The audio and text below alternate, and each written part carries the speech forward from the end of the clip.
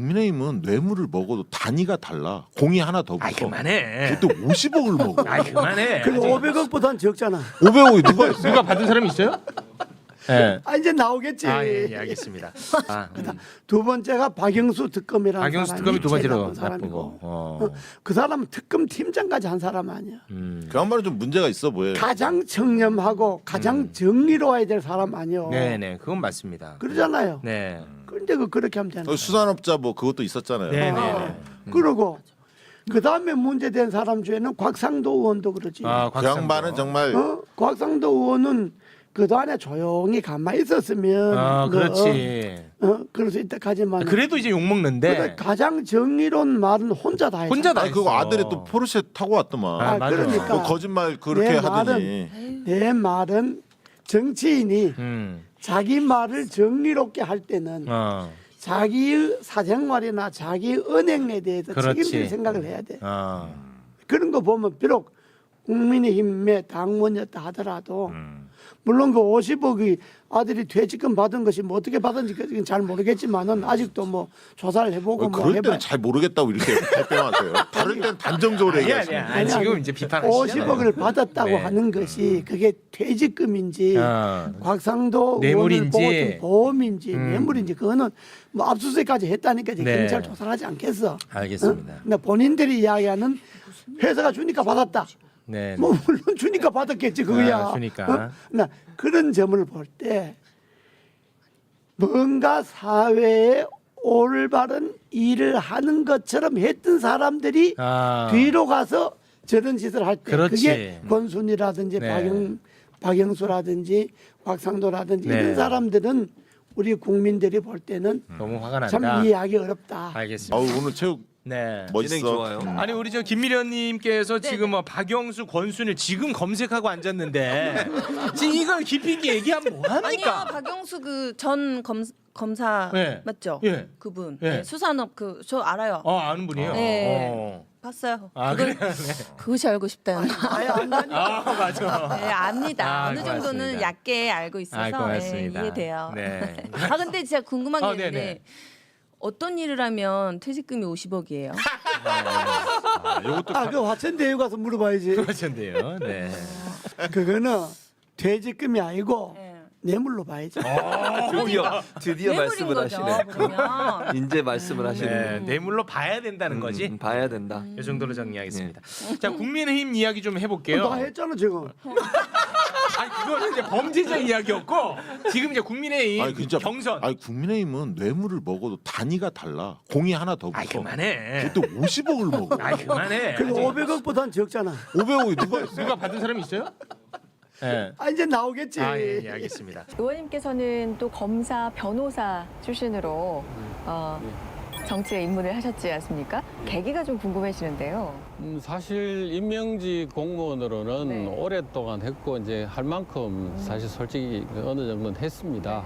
이제 국민들한테 우리가 할 수 있는 걸 충분히 이제 했느냐.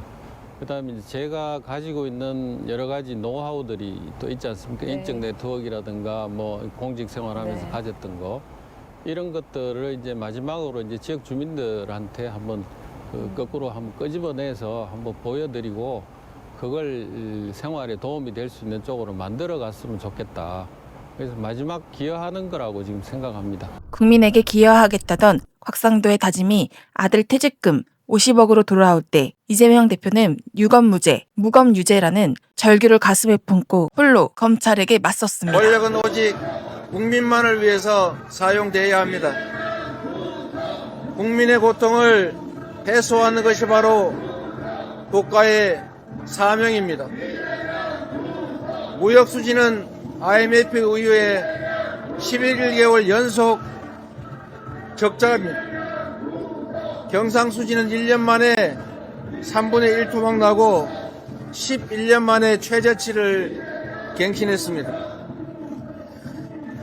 국제경제기구들은 대한민국의 경제 성장률을 계속 하향 조정하고 있습니다.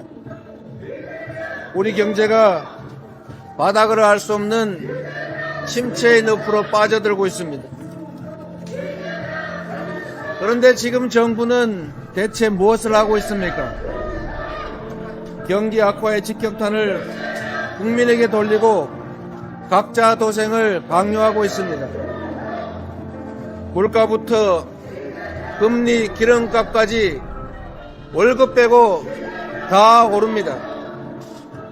전기, 수도, 난방비 이런 폭탄 때문에 목욕탕 주인은 폐업을 고민하고 이용자들은 집에서 빨래를 가져와서 목욕탕에서 몰래 빨래를 한다고 합니다. 이런 기막힌 일이 2023년 대한민국에서 벌어지고 있습니다. 참으로 비참하고 참담합니다. 이게 나라냐? 라는 의문이 들고 있습니다. 민생에는 무심한 정권이 정치검찰을 총동원해서 정적 죽이기, 전 정권 지우기에 칼춤을 추는 동안에 곳곳에서 국민들의 곡소리가 늘어나고 있습니다. 며칠 전에 만난 전세 사기 피해자들의 얼굴이 떠오릅니다. 어렵게 집을 구한 지 한 달 만에 전세 사기를 당한 사회 초년생. 보증금을 전부 날리게 생겼는데 임대인까지 사망해서 발을 동동 구르는 신혼부부. 보증금을 지키겠다고 임대인 세금을 대신 내러 다니는 피해자들까지. 치솟는 대출이자 걱정에 제2, 제3의 빌라왕을 만나지 않을까 밤잠 설치는 국민들이 전국 곳곳에서 고통을 호소합니다. 국민의 불안과 고통 앞에 공정한 수사로 질서를 유지해야 할 공권력은 대체 뭘 하는 중입니까? 유검무죄, 무검유죄입니다. 곽상도 전 검사의 50억 뇌물 의혹이 무죄라는데 어떤 국민들이 납득하겠습니까? 이재명을 잡아보겠다고 쏟아붓는 수사력의 10분의 1만이라도 50억 클럽 수사에 쏟아 넣었다면 이런 결과 결코 없었을 것입니다. 어떤 청년은 주 150시간을 노예처럼 일해도 먹고 살기조차 팍팍한데 고관 대작의 아들 사회초년생은 퇴직금으로 50억을 챙깁니다. 이게 윤석열 정권이 말하는 공정입니까? 평범한 청년들의 억장 무너지는 소리가 들리지 않습니까? 이재명 죽이자고 없는 죄 만들 시간에 전세 사기범부터 잡으십시오. 벼랑 끝에 내몰린 민생을 구하는데 힘을 쏟으십시오. 벌써 세 번째입니다. 첫 번째 소환으로 세상을 떠들썩하게 했던 성남시 FC 사건, 아직까지 뚜렷한 물증 하나 제시하지 못하고 있습니다. 지연조사에 추가 조사 논란까지 벌어진 두 번째 소환조사 이후에도 검찰에 조종되는 궁박한 처지에 빠진 이들의 번복된 진술 말고 대체 증거 하나 찾아낸 게 있습니까? 김성태 회장만 소환되면 이재명은 끝장날 것이다 이러면서 변호사 대비 대납 의혹 마구 부풀리더니 김 전 회장이 구속됐는데도 변호사비 대납 의혹은 흔적도 없이 사라졌습니다. 공평 무사해야 될 수사권을 악용해서 온갖 억지 의혹을 조작하더니 이제는 해묵은 북풍몰이 조작을 시도하고 있습니다. 사실 많이 억울하고 많이 힘들고 많이 괴롭습니다.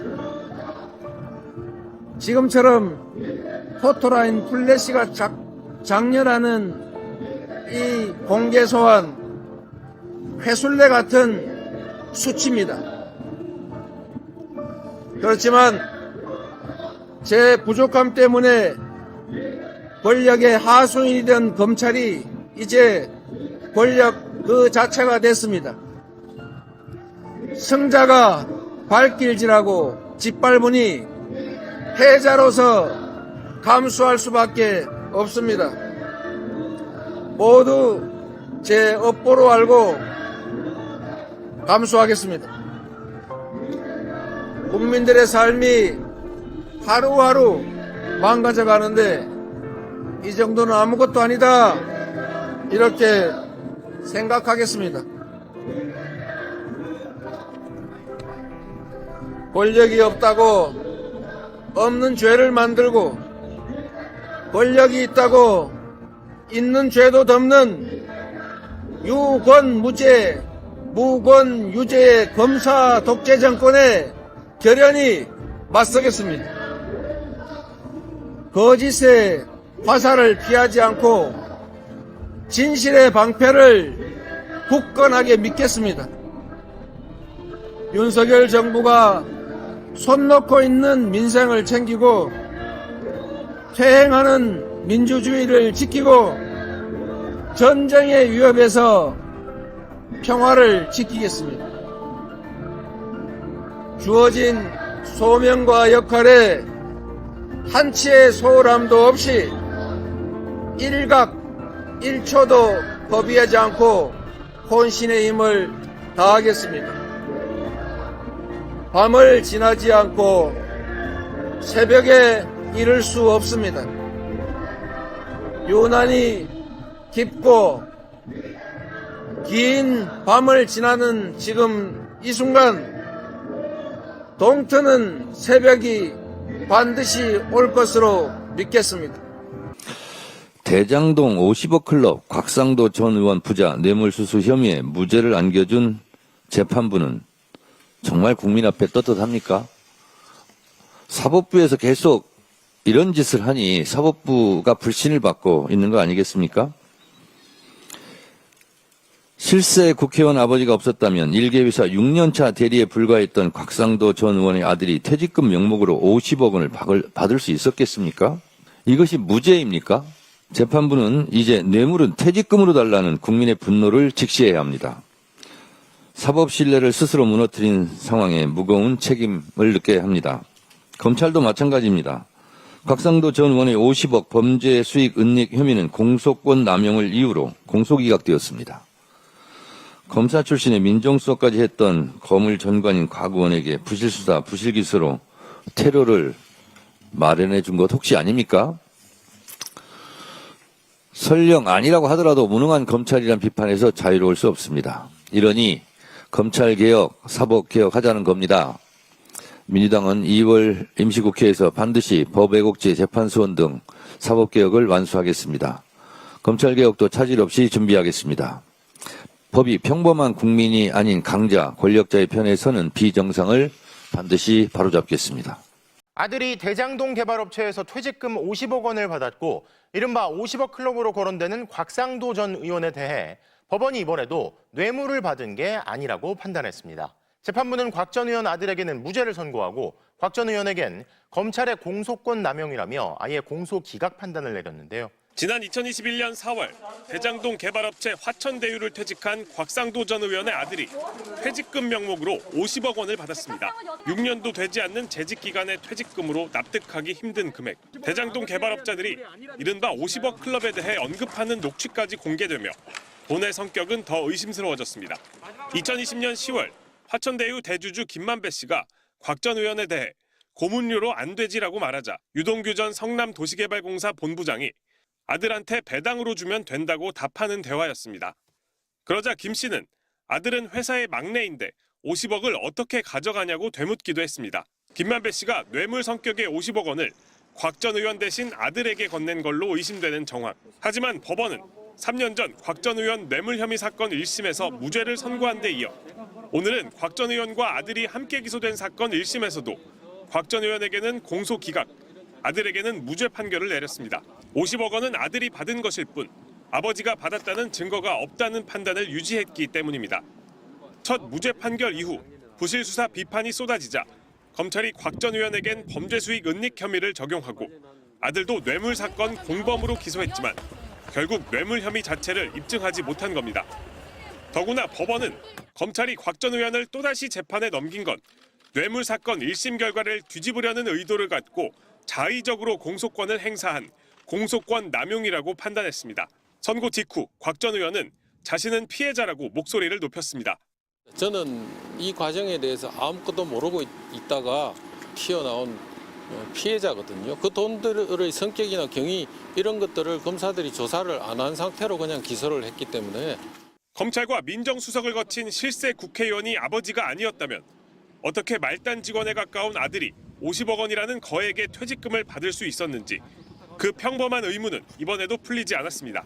대리로 잠깐 근무하고 50억 퇴직금을 받을 조건. 첫째, 아버지가 검사 출신이고, 둘째, 아버지가 민정수석 출신이고, 셋째, 아버지가 곽 씨여야 하고, 네 번째 조건이 제일 중요합니다.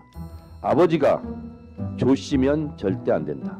이게 50억 퇴직금을 받고 무죄를 받는 조건에 해당됩니다.